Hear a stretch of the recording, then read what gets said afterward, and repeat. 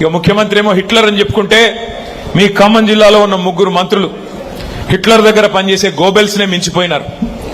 దండుపాలెం ముఠాకు నాయకుడు రేవంత్ రెడ్డి అయితే, దండుపాలెం బ్యాచ్ కు నాయకుడు రేవంత్ రెడ్డి అయితే ఇక్కడ 3 ముఖ్య అనుచరులు తిష్ట వేసుకుని కూర్చున్నారు.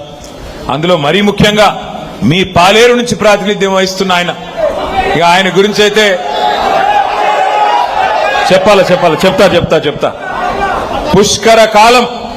పుష్కర కాలం నీళ్లతో, నిధులతో, సంక్షేమ పథకాలతో, రైతు కన్నీరు లేకుండా పుష్కలంగా మరి పంటలతో విలసిల్లిన తెలంగాణ ఇవాళ ఈ ముష్కరుల పాలనలో ఇబ్బందుల పాలయ్యింది. వాస్తవమా కాదా మీరే ఆలోచన చేయండి. 12 ఏళ్ల తర్వాత ఇవాళ ఒక్క మాట నేను అడుగుతా ఉన్నా. ఒకవైపు రాష్ట్ర రెవెన్యూ మాత్రం పడిపోతా ఉన్నది, రాష్ట్ర రెవెన్యూ తగ్గుతున్నది. కానీ రెవెన్యూ మంత్రి గారి అవినీతి సామ్రాజ్యం మాత్రం 100,000 రెట్లు పెరిగిపోతా ఉన్నది. నేను చెప్పింది కరెక్టేనా?